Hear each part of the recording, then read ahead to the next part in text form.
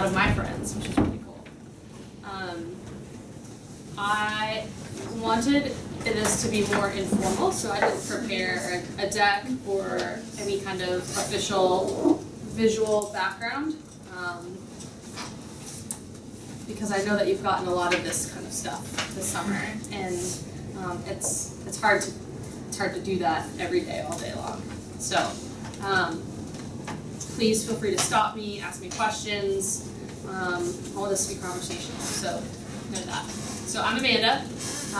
Thank you for introducing all of you. You're wonderful humans to me. I am a native. I'm born and raised here in Louisville, which is kind of awesome that I get to be part of this community and also be from here.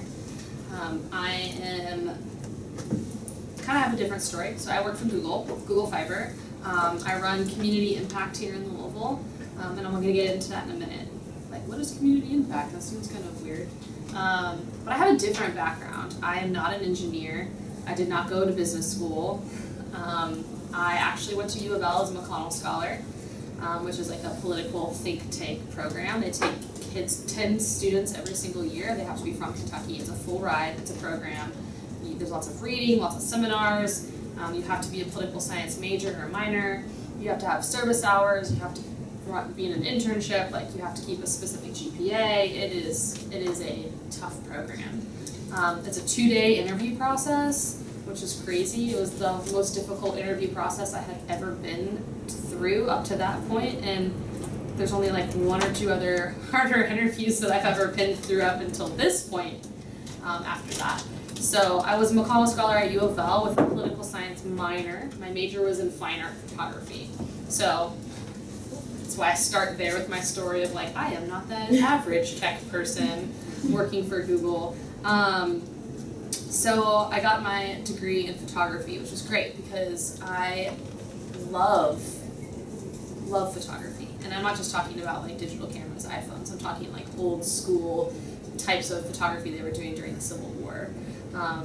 Like tintypes, where you have to coat tin with super difficult chemicals and go through crazy processes to make sure that an image appears, and handmade processes where you coat paper and you have to make your own negatives and all of these crazy finicky things that people don't do anymore. So it was great. It taught me a lot. It taught me how to be innovative. It taught me how to be creative. It taught me how to think through things in a different way. While being in a political science think tank was all about, building the argument, building the case, understanding the history, knowing what your ancestors and your predecessors have done so you know how to build a great case to move forward. So between those two things, that creative and innovation and being able to think logically and understand what has previously happened to know where I'm going next, was this beautiful bridge and kind of collage that happened in my life. So after I graduated with honors, I really thought I was going to go get my master's in fine art photography. I thought I was going to be a professor, like at art school. And so I got a really difficult internship working in Aspen, Colorado at an art center. And I got there and I was working with artists from the MoMA and from like all kinds of crazy National Geographic photographers, really high powerful people. And I started to asking them, like, hey, can I buy you some coffee? Let's go have a conversation. Like, what is your life like? Who do you work for? How are your bosses? Are you able to travel? Like, how much money do you have to be able to, do you live a comfortable life? Like, those kinds of things, because I wanted to get a good idea before I went. And they're like, I make art for the people that buy it, so I don't get to make the art that I want to make all the time. I have to know who wants to buy it and make it for them, or make it for the gallery owner, or so on and so forth. And I was like, what? You're not making the art you want to make? And they're like, yeah, that's not how it works. And I was like, I'm not going to get my master's in fine arts. I make art for myself because I want to help people. I feel like if I can make this, tell this story, someone will see it, it will resonate, it will help somebody. So then I really heard what I said. I was like, oh, I want to make art because I want to help people. Okay, I'm going to be an art therapist. So I come home from this great internship and I'm like, parents, I want to be an art therapist. And they were like, cool, go get a job in the field before you spend $80,000 on this degree. I have a great relationship with my parents. So I was like, okay, I trust you and I hear you and I'll go do that. So I'm like studying for the GRE, and I'm like talking to all these art therapists in the community, and I'm trying to figure out which school I want to go to. Meanwhile, I get a job working at a psych hospital in town. Y'all, I got punched in the face twice. I'm not just talking about like a bam, I'm talking about like a blackout. I went down. Yes, real life. Yes. I was just saying. No, like I got punched in the face twice, not just once. You would have thought that once would have been enough, but sometimes I'm stubborn and I mean twice. So, not all art therapy jobs are like this, okay? Do not let me scare you. But I realized through this process that I am such a loving person that I was always going to be depleted for myself because I was putting too much out for other people. So it was like, if you were my patient and I wasn't making any headway, like I personally would be devastated and take on that energy and that on for myself, which is not healthy or what's supposed to happen. So I was like, I love people too much to be able to do this. Okay, so I go back. Okay, I make art because I want to help people. Okay, well I cannot help people make art to help themselves, so what else can I do to help people? At that time, I met, right? Life is a riddle though. That is probably one of the most poignant things I have heard in a very long time. You may be onto something, ma'am. You may be onto something. So at that time, I went to go work for, so you don't even know, but you are. So I went to go work for a nonprofit called the Kentucky YMCA Youth Association. And it is not like a YMCA gym and swim where you like go work out and things happen there. This one is specifically across the state that works with middle school and high school students to build leadership, understanding of community service, and political, altruistic beliefs and understandings. So I don't know if you're in your high schools, you've heard of KYA or CUNA. This is the organization that puts that on. So I was the central regional director, so I traveled from Frankfort to Bowling Green to Somerset and had that whole like middle triangle. So my job was to sell to schools, help the schools that already had programs maintain those programs and grow, and then I was responsible for writing programs inside KYA, CUNA, leading certain parts, running the events, all of those kinds of things. So quite a big scale of what that looked like. Sales, program development, relationship building, all of those kinds of things. And I did that for about a year and a half, and then I got engaged. And so that job, you're on the road a lot, and you're sleeping in hotels for half of the year, and it's not very conducive to be around somebody that you're trying to build a relationship with. And so I wanted something different. And so from that point, I transitioned to corporate development. So I was working for the Kentucky Science Center, and I was raising funds, so fundraising for the nonprofit, but only with corporations. So not with individuals or not with grant funding or any of those things. So I did that for a while, and I was like, oh, this is boring. I don't have a window. I don't get to have a flexible schedule. It's more important that I sit here in this chair from 9 to 5 than it is. Yeah, right? Yes. It's more important that I sit in this chair from 9 to 5 than whether or not I'm raising funds or whether or not I'm doing more than what I'm actually supposed to do.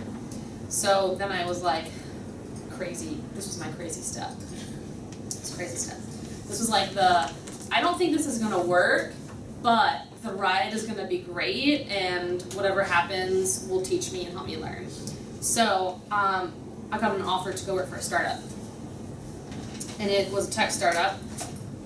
Notice I said it was a tech startup.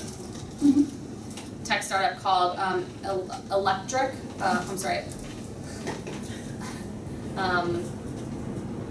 Technologies. And so what they were doing is they were a haptics company. So haptics refers to a specific word of vibrations, like a physical experience. And so our company, most haptics companies take the things the shakers in your phone that make the phone vibrate and use those. We were actually using electrical current. And so we were working with the deaf and hard of hearing population and then the gaming population. So we were creating like wearable pieces of tech that would give you electrical currents. So for example, like a techer, like a gamer, if you're in a first-person shooter game and you're like on the controller shooting, you would actually have like a sleeve or a vest on that would allow you to feel what it would be like to shoot the gun or to be shot. Whoa, wow. It was really intense. It was really intense. And you have the ability to control that level, so if you just wanted a little bit, or if you wanted to be like that extreme person that's like, I want a lot, let me feel it. And so, 18+. yeah, 18 plus. Did you guys create any pregnancy simulation there? No, but there was a company that I heard about that was doing that. There was another haptics company that was working on a product to be able to help alleviate menstrual cycle pain. Right? Right? I know. Oh my gosh, we actually tested the product, which was really great, and they came in like this beautiful, really feminine packaging, and all of their design was really like gorgeous, and it's like they are clearly hitting the button of who they're marketing towards and to. So that didn't last very long. So my job for them was strategic partnerships. So building the relationships, helping bridge the divide between my engineers and the business people to the people in the community that can help us raise cap, or get us to the next person that can help us raise cap. So kind of see a theme developing, right? Relationship development, money, people person, community. And helping people, right? Like we were helping the deaf and hard of hearing population. Like imagine not being able to hear. How scary that would be. Especially at first, but also like, right? Like what if there was a fire happening in your house and you don't hear any signs? The first sign that you get is either the heat or the smoke.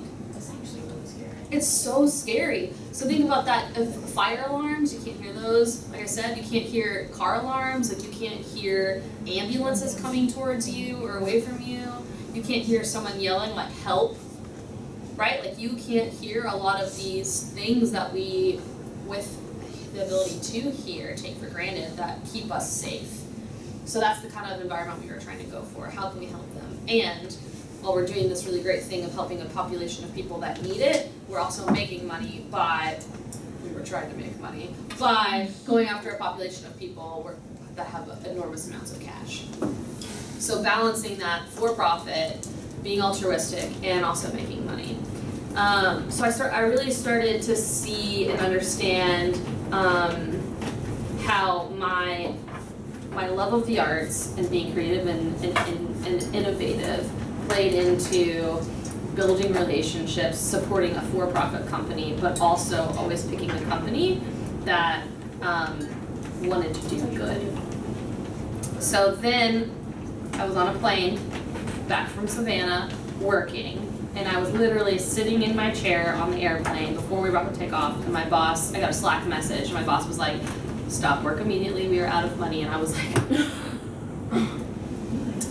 literally, I am not a crier, I don't have a lot of like crazy, overwhelming emotions, but I literally just started crying on the airplane. I was like, oh my God, what am I doing here? I'm a planner, I always know what my next step is. We had at least another month of payment, like money in the bank, and so for me, all of a sudden this was like a blind sliding, holy cow, I now don't have a job. What am I gonna do next? Like I didn't even have an idea, I had no idea that this was coming. I hadn't been like out talking to people or friends or working in the networks or any of those things. All of a sudden I just didn't have a job. So I am married at this point, and so my husband says, why don't you just take a beat and like think about really what you want to do. Like we have money, it's fine. We're not going to be hurting, so like just take a moment and actually figure out what you want to do next. So I started looking back at all the things that I had done before, like what have I loved and what have I like hated, or what can I just be okay with coming with the job. So I came to this place where I was like, okay, I'm great at relationships. I can build a relationship with anybody, and I have a firm belief that if you have a relationship, whether it's like, hey, we just met today and I had this great conversation, oh my gosh, you know what, I know this great high school girl who's really smart and passionate that could come talk at this event. Like, building those connecting bridges, great at that. And if you can have that, you can make anything happen. So I like that. I hate having to be in a chair from 9 to 5. It does not work for me. I like to wake up at like 6, work for 3 or 4 hours, take a break, go to yoga, eat some lunch, come back and work for another like 6 hours, be done at like 3 or 4. I like to get things done. I like to have breaks. I like to have, yeah, I know. I do not like to stay up late. 9:30, at that point, I'm like, no one should ask me anything important. I cannot solve your world problems. I just need to be in my PJs, hanging out with my dog, reading a book, watching some TV, whatever, right? Like, right? Yeah. So it's like, okay, so the reason why I'm telling you this is because you have to figure out what is your best work environment. Because if you're going to put out the best that you have to be in the best work environment. If I have to sit in a chair from 9 to 5 with no window, I am not going to give you my best. It's just not going to work. So I wanted that. I wanted flexibility. I wanted to work for a for-profit company because I was tired of being overworked and underpaid. So I was like, you know what? I want to find a for-profit company that does good. Okay, another one. I want to be valued. I want to do something I care about. I don't really know what else that means. So with that very vague list, because that's a pretty vague list, right? It's more like, I want to work for this feeling I have. I started talking to the people in my network that I love and respect. So some of the people that you've already talked to, Stacy, redhead Stacy, went to Stacy, was like, Stacy, this is what I care about, what do you know? I went to some other people that are in those circles, a guy named Zach Pennington, who works for Edge Analytics. I went to one of my friends that runs a distillery, a bourbon distillery. I just like started having coffee with people that I care and that I like, being like, hey, this is where I am, this is what happened, do you have anything available? If you don't have anything available, can you connect me to somebody else? And just keep going until something comes up. And by talking to Stacy was like, oh, actually, this person just told me about a job for Google Fiber called Community Impact, and I think you'd be perfect for it. Send me your resume. Immediately left that meeting. When I got into my car, sent her an email that said, thank you so much for your time, I'm super interested. As soon as I get to my computer, I will send you my resume. Went straight home, canceled everything else, so I could go straight home, send her my resume, and then I followed it up the next morning. And then the next thing I knew, I was having a phone interview with Google Fiber. My boss is in Charlotte. We had a conversation the next week. She was like, I'm flying in, let's have an interview in person. And the next thing I know, I'm hired by Google Fiber. So the reason why I tell you all of that back history stuff is to not be like, this is my background and I want to just pontificate about where I've come from. No. Each of those jobs were so different. Like, there was no linear, like, hey, I want to be on a path to working for Google Fiber, so I'm going to start here, the next step is going to be here, the next step is going to be here.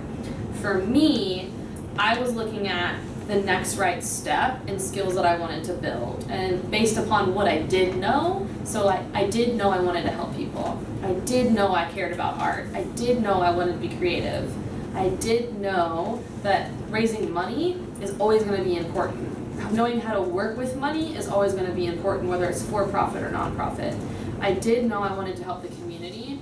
I did know I wanted to have a flexible job that could let me be in different spaces. So like you get the idea. It's like you every step of the way, you figure out what was good and what was bad, and you make a decision that moves you in that space.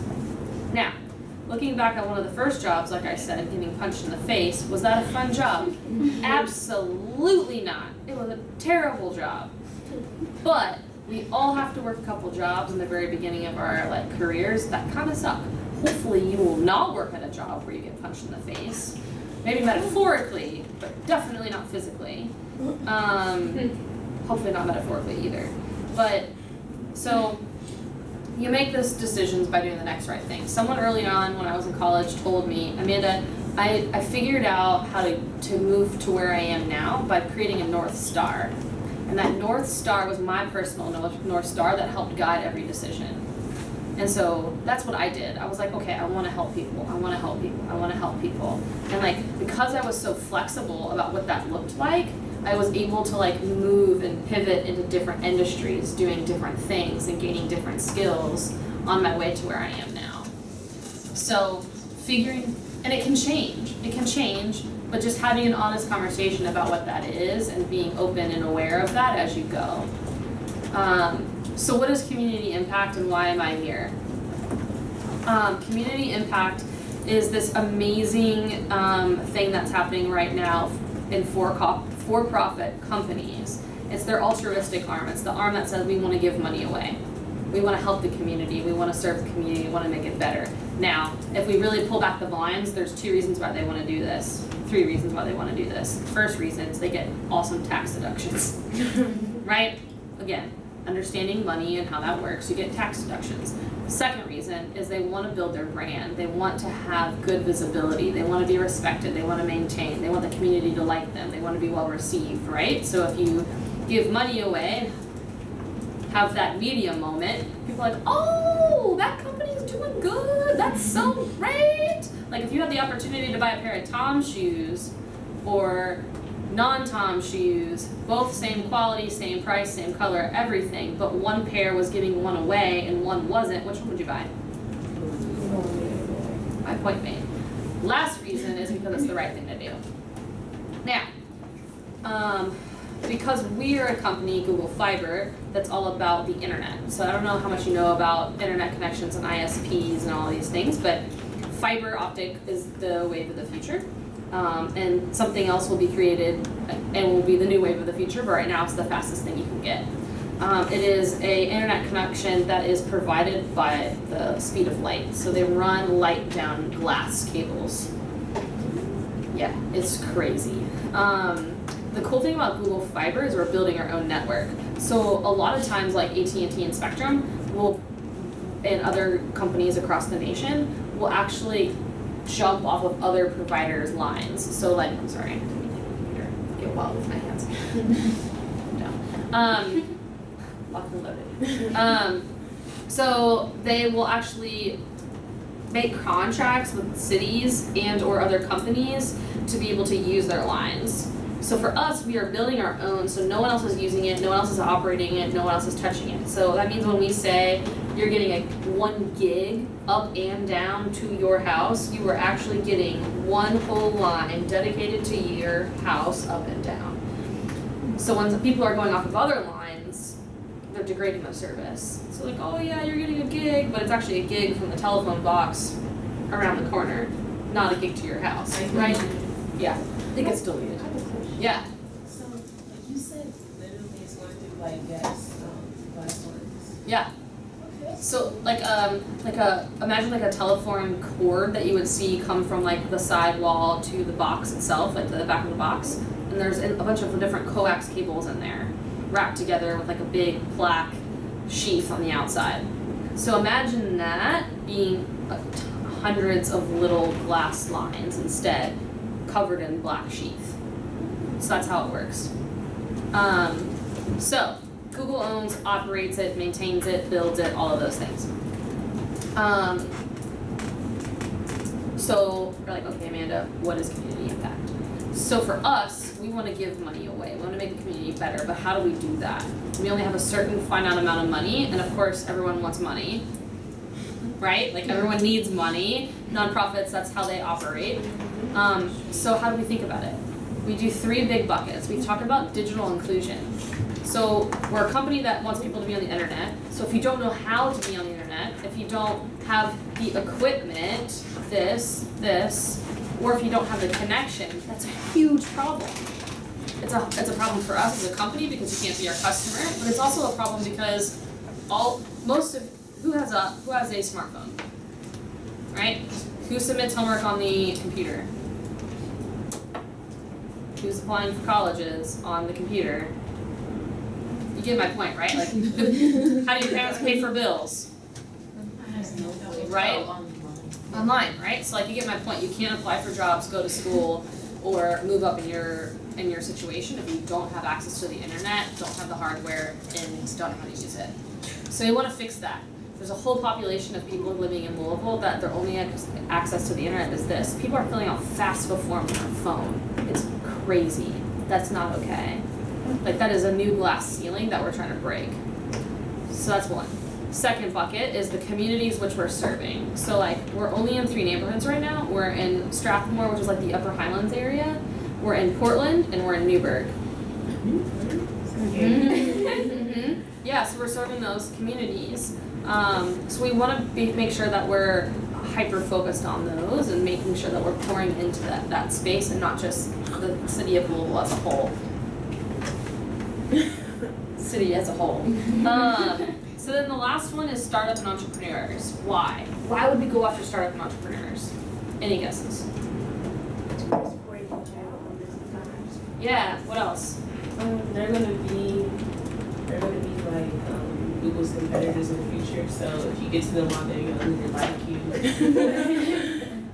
Don't bite the hand that feeds you. Buy their stuff. What else? We want them to be a supporter. We want them to be a fan, right? Like, if they're gonna be the best new whatever, we want them to be Google company. We want them to have our operating system. We want them to have Chromebooks. We want them to use Chromecast. We want them to be using Jamboards. We want them to be using all of those things. So, okay? Did I mess it up? No. Was it my fault? Okay. It's like, you can tell me if it was my fault. Okay. All right. So those things. So my job is to create a budget. My job is to manage a budget after a number has been given to me, to be able to figure out who I want to partner with and how much money I want to give away, like to each individual group. And so one of the things that we do is we actually give away free connections. So it's called a community connection. And we've done 2 of those now. Both are in Portland. One's at the neighborhood house, and one is at Love City, which is down on North 26th. Which means that we give them free internet, and they're able to use that. And it's awesome because both of those places weren't really getting fast internet, and they weren't able to provide services to their people in that community. So if, for example, kids were coming to be able to do homework and everyone was on the computer at the same time trying to use the internet, and you have really slow internet, you can't get your homework done, right? Like, it's a problem. So one of the greatest things that we've done recently was in May. At Love City, we launched a community connection. We funded a social impact incubator. Yeah, she's like, hey, what is that?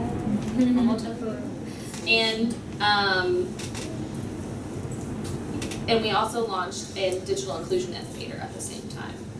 So the social impact incubator. So that is a specific term that means incubator is a place where you can go to receive services to help grow your business, start your business, grow your business, get those assets. Social impact is specifically around creating a business for good that wants to have a social impact on the community. So this is in the West End, right? There's not a lot of businesses being created, and there's definitely not a lot of businesses that want to help the community being created that are for profit.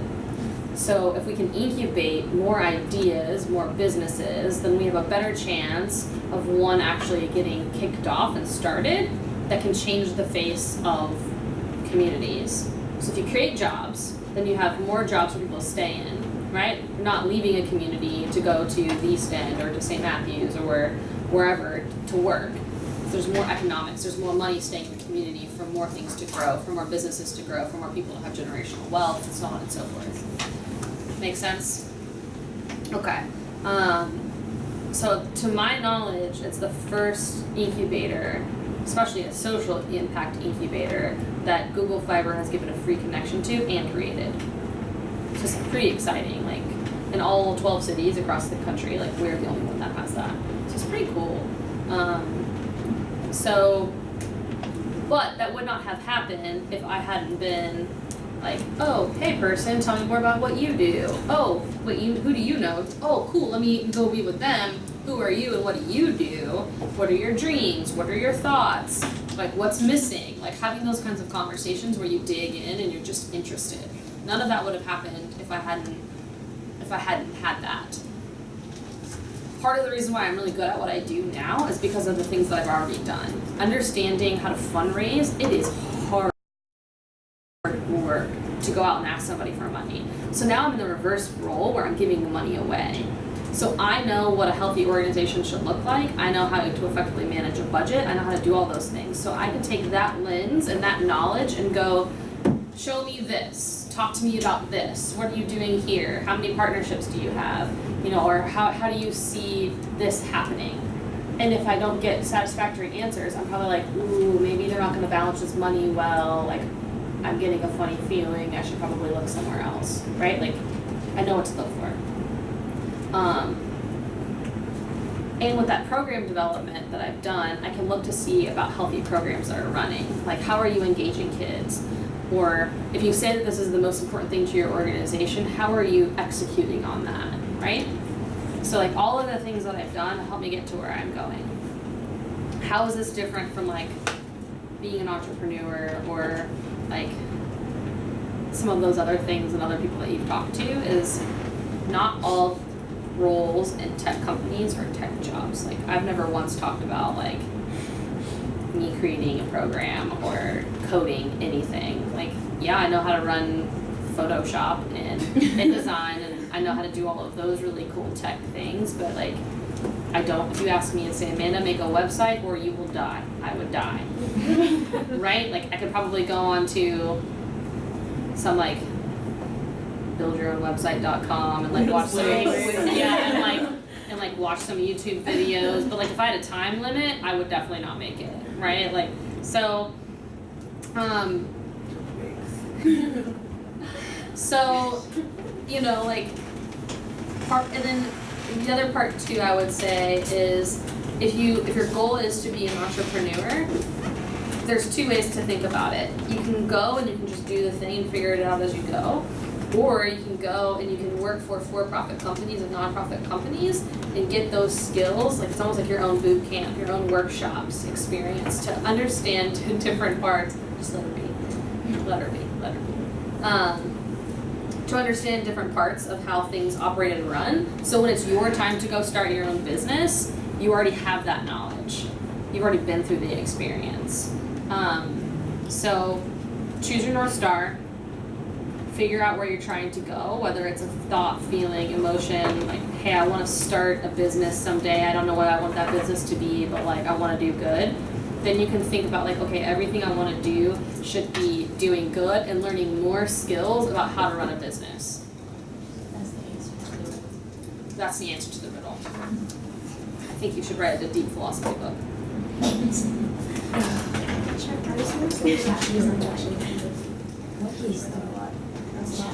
I love that. A little bit. It's got the same material. It doesn't have the same material. So I made it all sound really easy too, and it's not easy.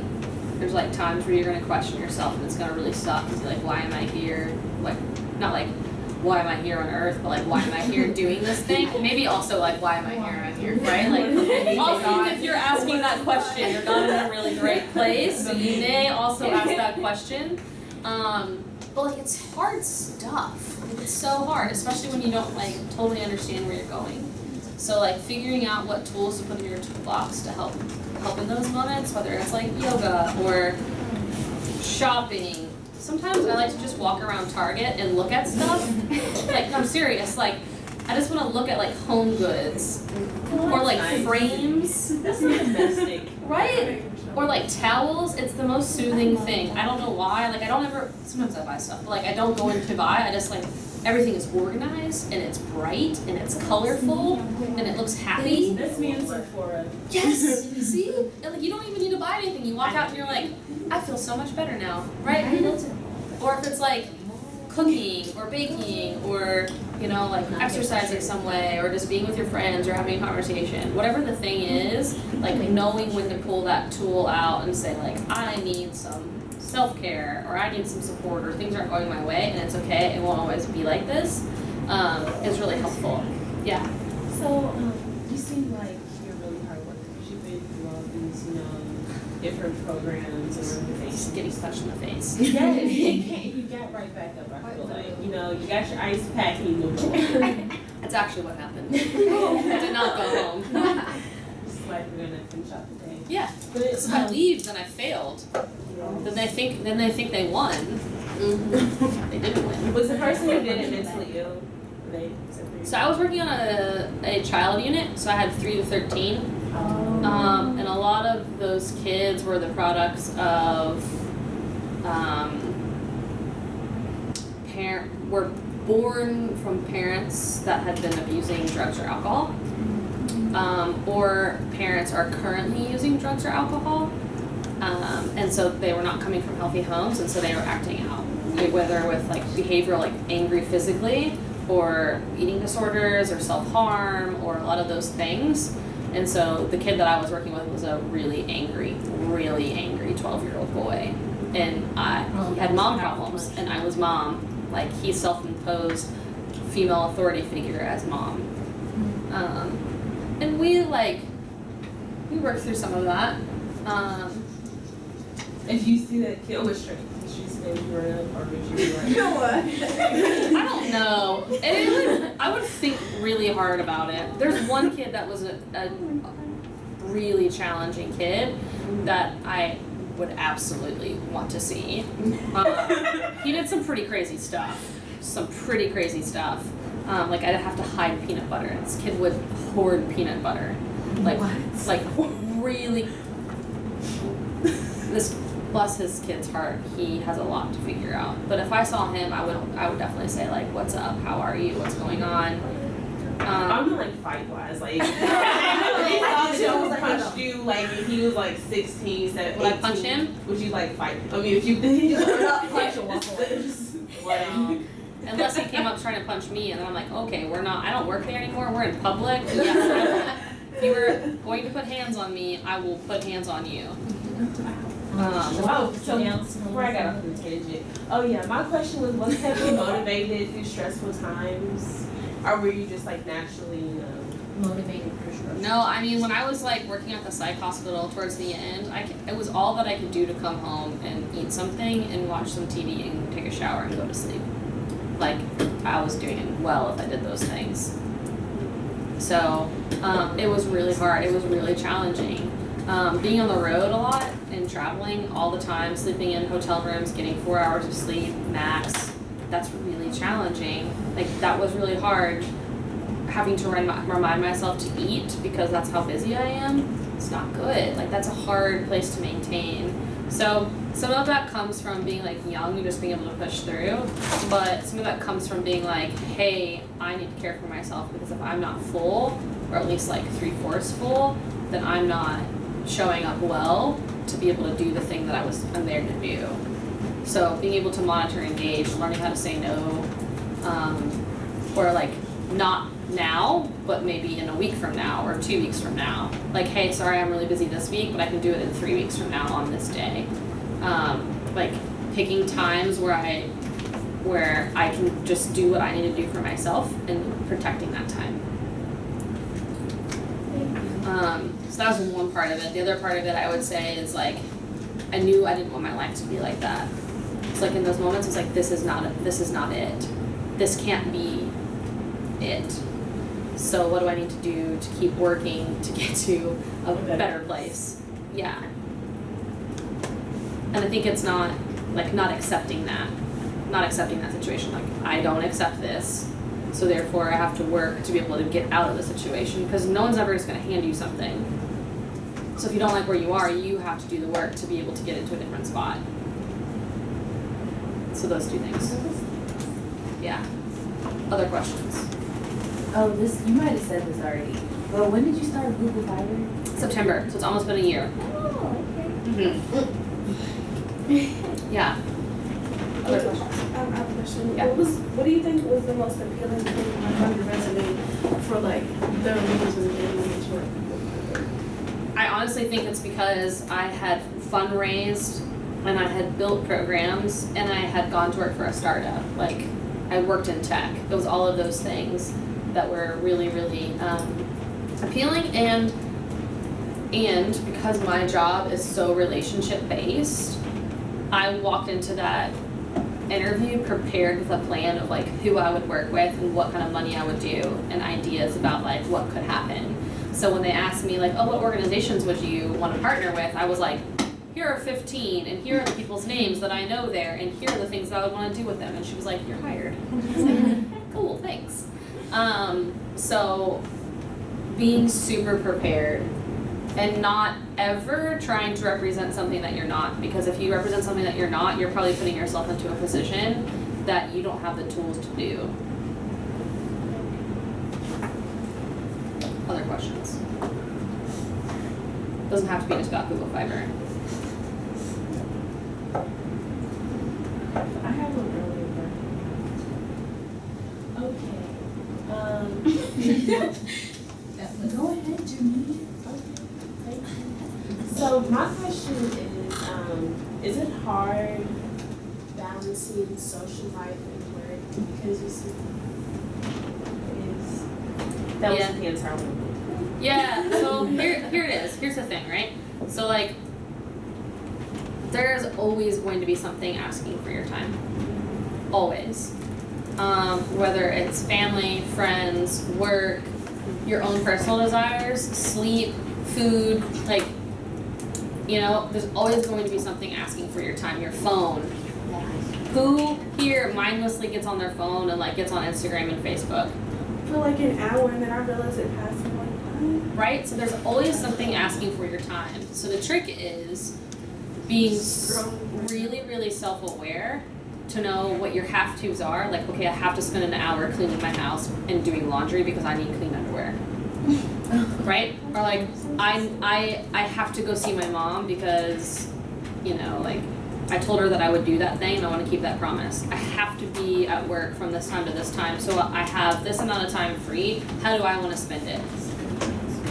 And being like, okay, well maybe I'm a creative person. I haven't had my creative outlet in a couple of weeks, so I should probably do something for that part of myself. Or, hey, I know my friend really, really needs me, but like I'm pretty tired, so I'll give her an hour and a half and I'll use the other hour and a half for me.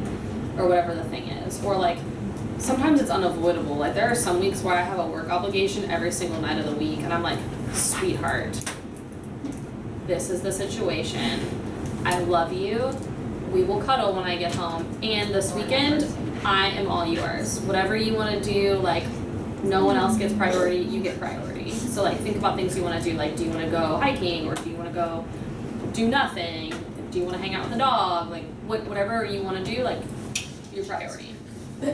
So I think it's just figuring out, like being really self-aware and knowing what buckets are getting what and what you want to do at that time, and not letting it just happen to you, but you happen to it.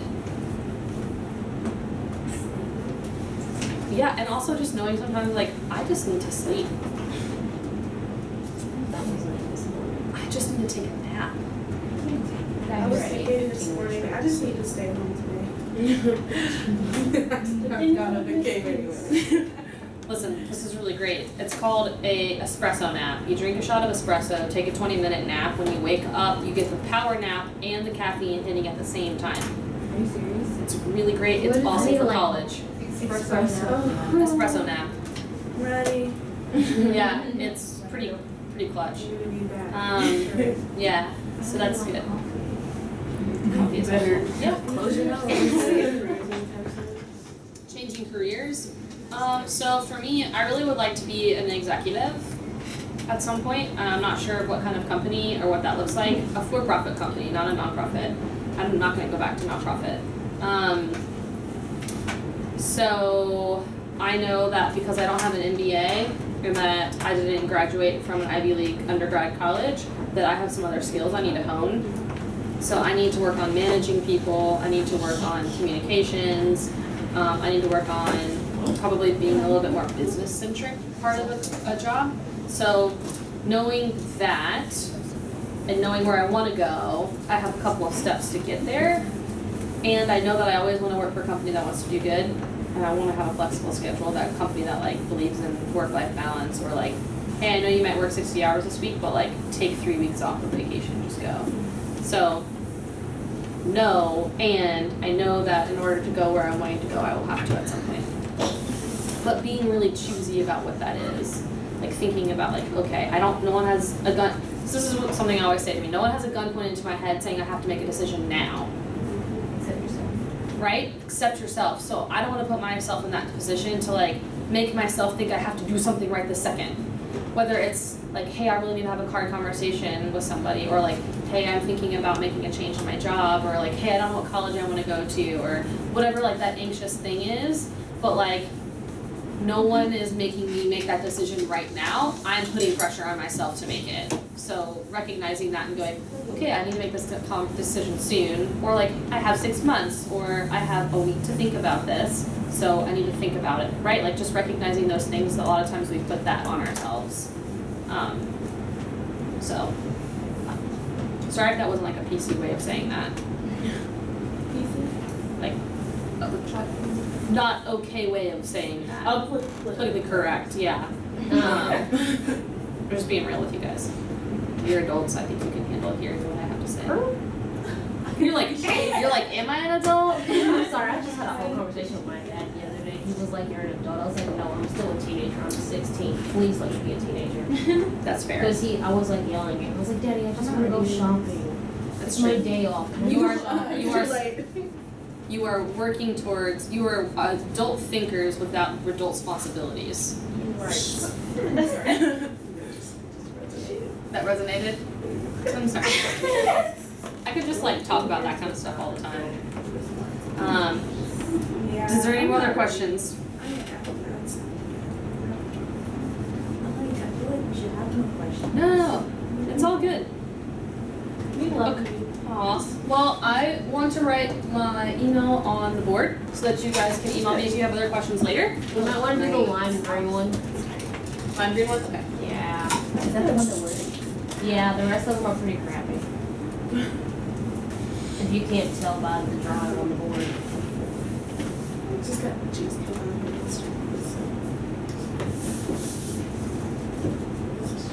Did you say you got cheesecake up on your trash? I feel like Monday randomly to be like middle school years. Like, I just all these emails that I get. It's amandabates@google.com. It's really easy. It's my full name. Well, I have to go speak somewhere else now and be there in 10 minutes. So, it was very nice to meet all of you. Thank you for listening to me. I hope that each of you got something out of it.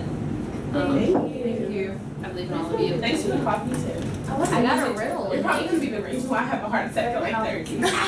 Girl, I've been drinking coffee since I was 13, so. But I also work out, so, there's that. And I don't eat cheese or dairy of any kind. Or red meat or pork, so that helps. So you're vegan? I eat some fish. She looked at her and like, I eat "Excuse me?" eggs. But I do a vegan month every January. Yeah, like a nice little restart. I do a 5-day juice cleanse and then I go vegan. It's awful. The first 3 days are the worst.